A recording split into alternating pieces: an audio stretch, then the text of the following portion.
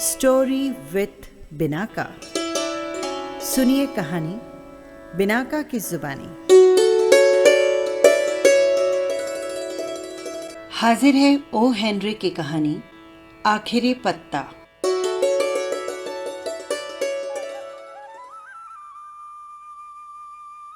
Washington चौक के पश्चिम की ओर एक छोटा सा मोहल्ला है जिसमें टेढ़ी मेढ़ी गलियों के जाल में कई बस्तियां बसी हुई है। ये बस्तियां बिना किसी तरतीब के बिखरी हुई है। कहीं कहीं तो सड़क अपना ही रास्ता 2-3 बार काट जाती है। इस सड़क के संबंध में एक कलाकार के मन में अमूल्य संभावना पैदा हुई कि कागज, रंग और कैनवास का कोई व्यापारी यदि तकादा करने यहाँ पर आए तो रास्ते में उसकी अपने आप से मुठभेड़ हो जाएगी और एक पैसा भी वसूल किए बिना उसे वापस लौटना पड़ेगा।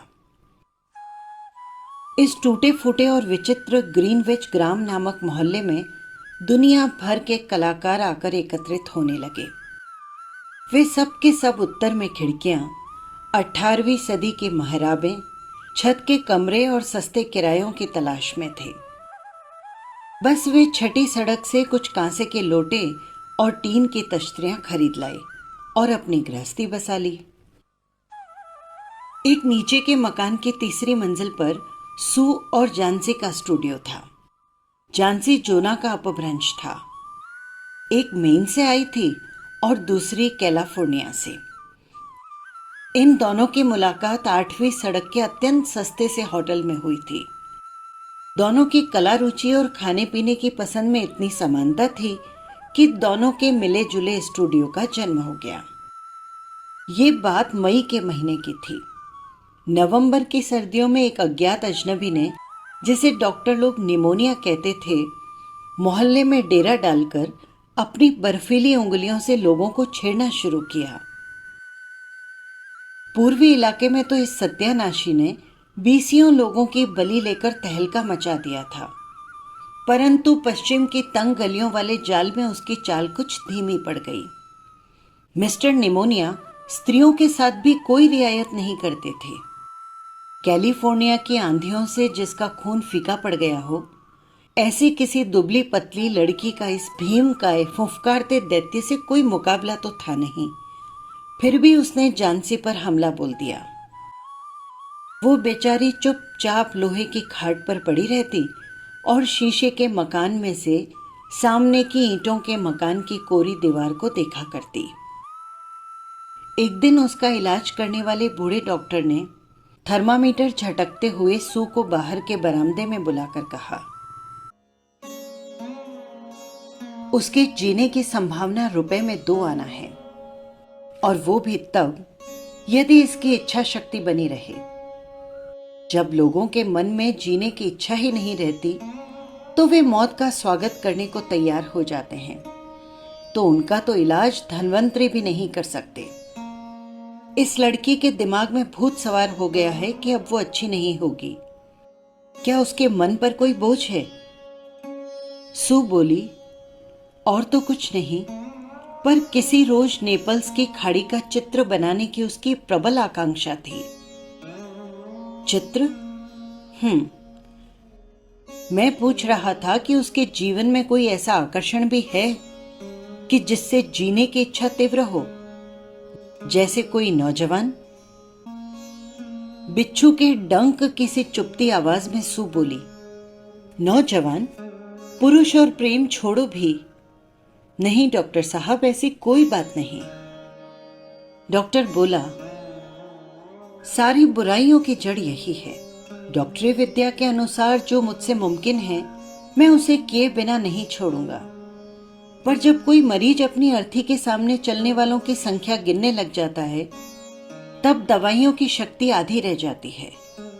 अगर तुम उसके जीवन में कोई आकर्षण पैदा कर दो जिससे वो अगली सर्दियों में प्रचलित होने वाले कपड़ों के फैशन के बारे में चर्चा करने लगे तो उसके जीने की संभावना कम से कम दूनी हो जाएगी। डॉक्टर के जाने के बाद सू अपने कमरे में गई और उसने रो रो कर कई रुमाल निचोड़ने के काबिल कर दिए। कुछ देर बाद चित्रकारी का सामान लेकर वो सीटी बजाती हुई झांसी के कमरे में पहुंची। झांसी चद्दर ओढ़े चुपचाप बिना हिले डुले खिड़की की ओर देखती रही। उसे सोई हुई जानकर उसने सीटी बजाना बंद कर दिया। तख्ते पर कागज लगाकर वो किसी पत्रिका की कहानी के लिए कलम स्याही से एक तस्वीर बनाने बैठी। नवोदित कलाकारों को कला की मंजिल तक पहुंचने के लिए पत्रिकाओं के लिए तस्वीरें बनानी ही पड़ती है। जैसे साहित्य की मंजिल तक पहुंचने के लिए नवोदित लेखकों को पत्रिकाओं की कहानियां लिखनी पड़ती है। जो ही सो एक घुड़सवार जैसा ब्रिजस पहने, एक आंख का चश्मा लगाए, किसी इडाहो के गडरिये के चित्र की रेखाएं बनाने लगी कि उसे एक धीमी सी आवाज अनेक बार दोहराती सुनाई दी। वो शीघ्र ही बीमार के बिस्तर के पास गई। झांसी की आंखें खुली थी। वो खिड़की से बाहर देख रही थी और कुछ गिनती बोल रही थी, लेकिन उल्टा जप कर रही थी। वो बोली 12, फिर कुछ देर बाद बोली 11, फिर 10 और 9 और तब एक साथ 8 और 7। सू ने उत्कंठा से खिड़की के बाहर नजर डाली। वहां गिनने लायक क्या था? एक खुला बंजर चौक या 20 फुट दूर ईंटों के मकान की कोरी दीवार? वहां उसने देखा एक पुरानी ऐठी हुई, जड़ें निकली हुई सदाबहार की बेल दीवार की आधी ऊंचाई तक चढ़ी हुई थी। शिशिर की ठंडी सांसों ने उसके शरीर की पत्तियां तोड़ ली थी और उसकी कंकाल शाखाएं एकदम उघाड़ी उन टूटी फूटी ईंटों से लटक रही थी। सू ने पूछा, क्या है जानी? अत्यंत धीमे स्वर में झांसी बोली, 6। अब वे जल्दी जल्दी गिर रही हैं। 3 दिन पहले वहां करीब 100 थी। उन्हें गिनते गिनते सिर दुखने लगता था। वो एक और गिरी। अब बची सिर्फ 5। 5 क्या जानी, 5 क्या? अपनी सू को तो बता। पत्तियां, उस बेल की पत्तियां। जिस वक्त आखिरी पत्ती गिरेगी मैं भी चली जाऊंगी। मुझे 3 दिन से इसका पता है। क्या डॉक्टर ने तुम्हें नहीं बताया? अत्यंत तिरस्कार के साथ सू ने शिकायत की।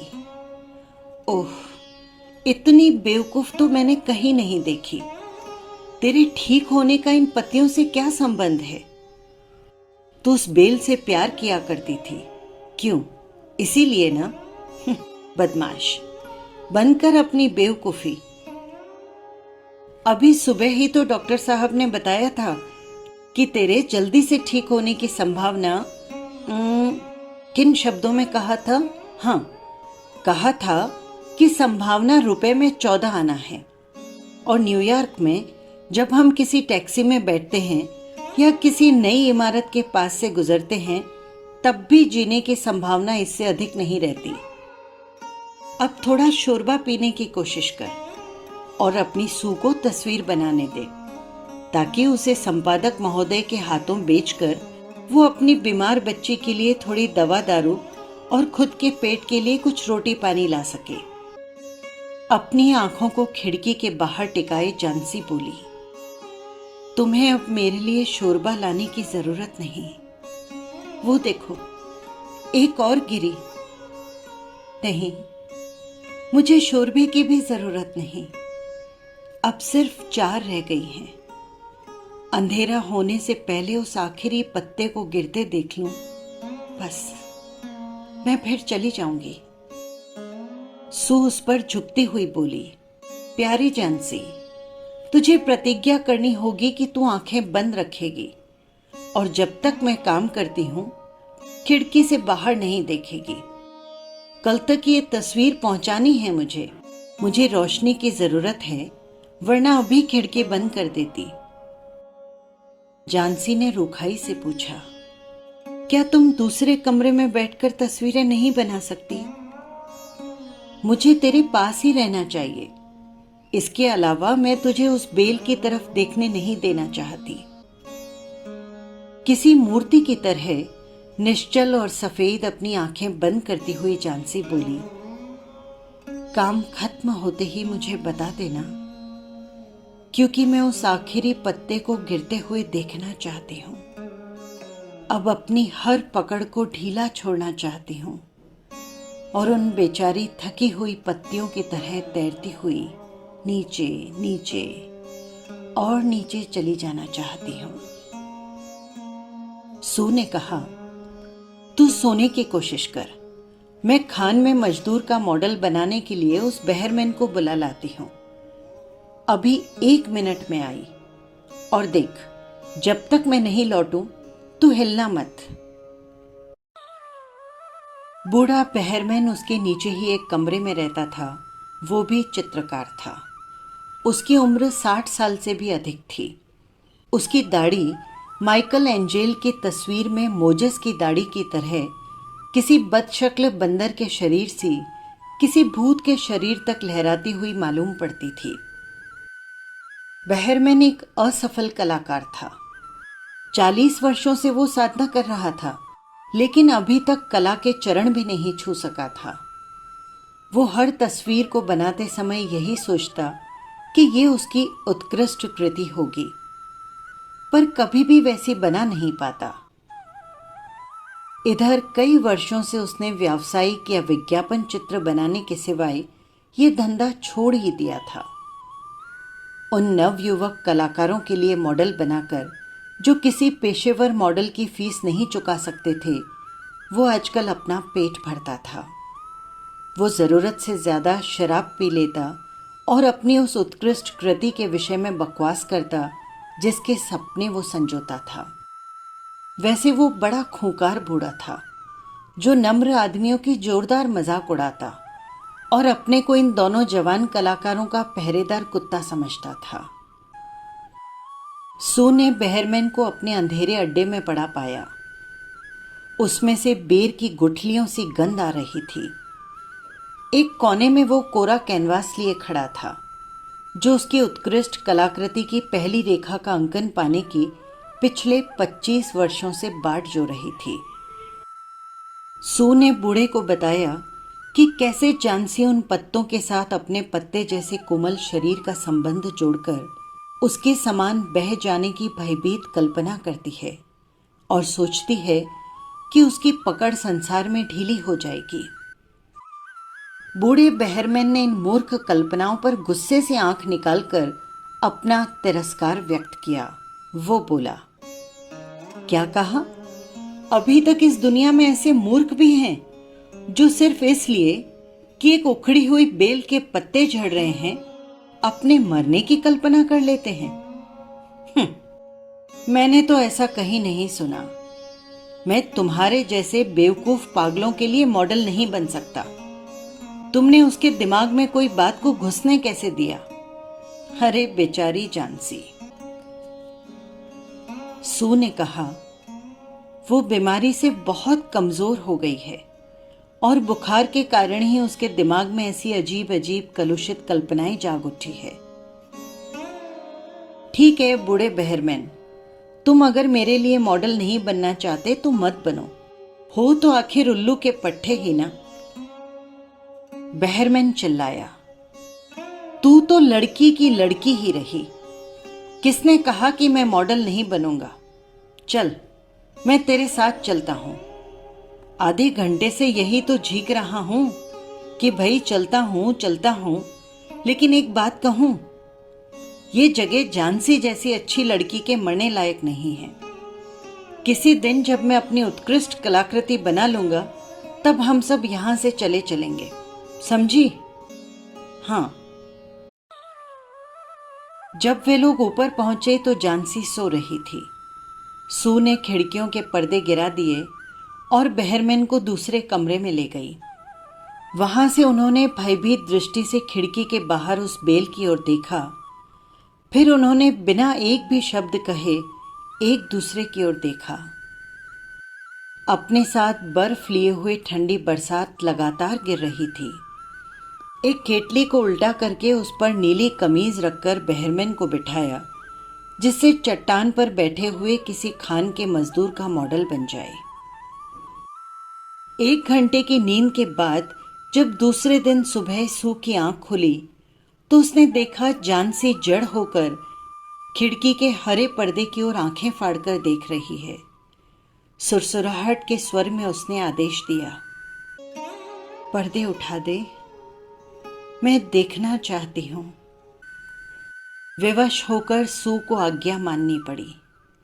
लेकिन ये क्या, रात भर वर्षा, आंधी तूफान और बर्फ गिरने पर भी ईंटों की दीवार से लगी हुई उस बेल में एक पत्ती थी, अपने डंठल के पास कुछ गहरी हरी, लेकिन अपने किनारों के आसपास थकावट और झड़ने की आशंका लिए पीली पीली। वो पत्ती जमीन से कोई 20 फुट ऊंची अभी तक डाली से लटक रही थी। जानसी ने कहा, यही आखिरी है।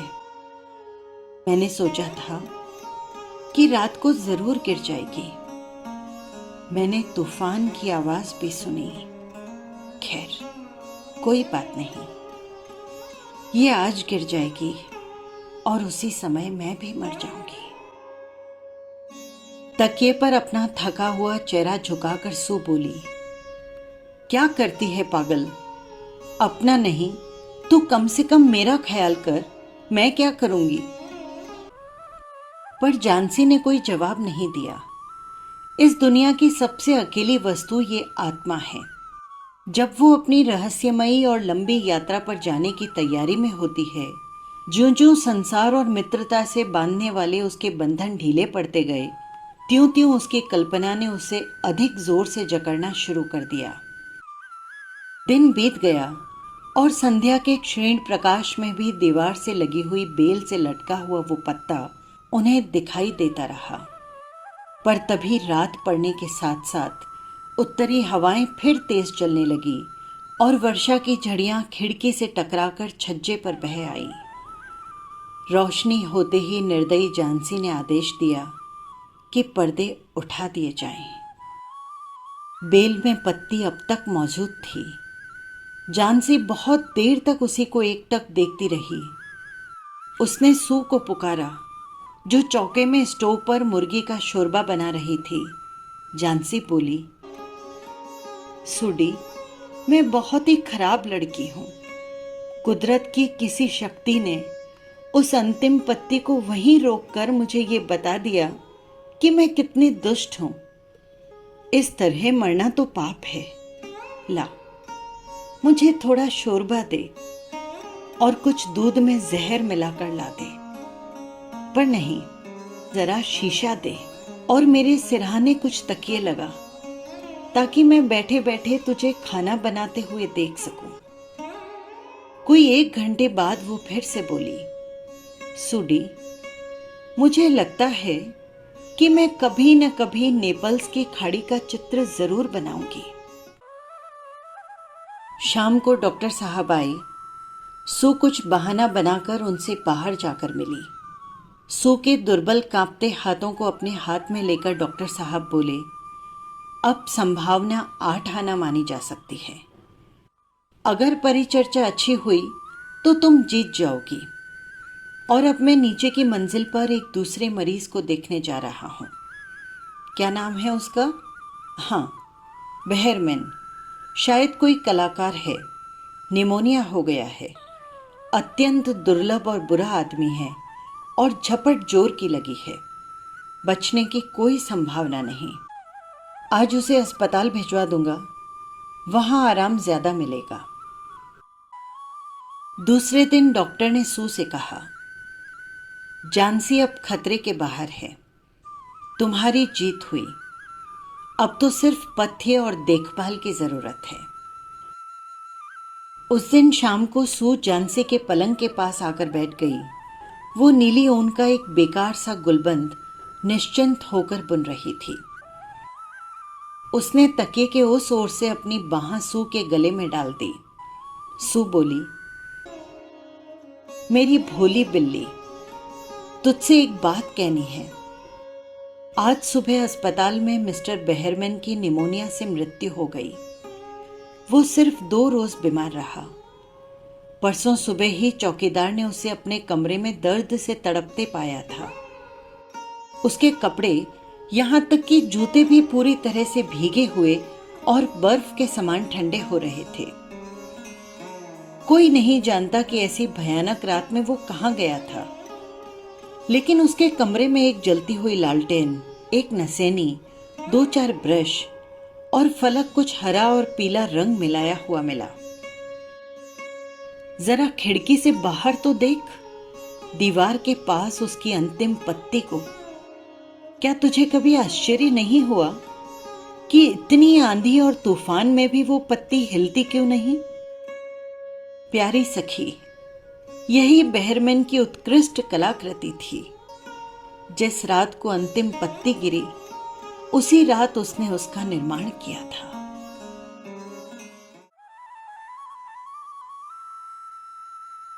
बस यही थी कहानी। उम्मीद है आपको जरूर पसंद आई होगी। और भी कहानियां सुनने के लिए इस चैनल को सब्सक्राइब कर लीजिए। फिर मिलेंगे किसी नई कहानी के साथ। नमस्कार।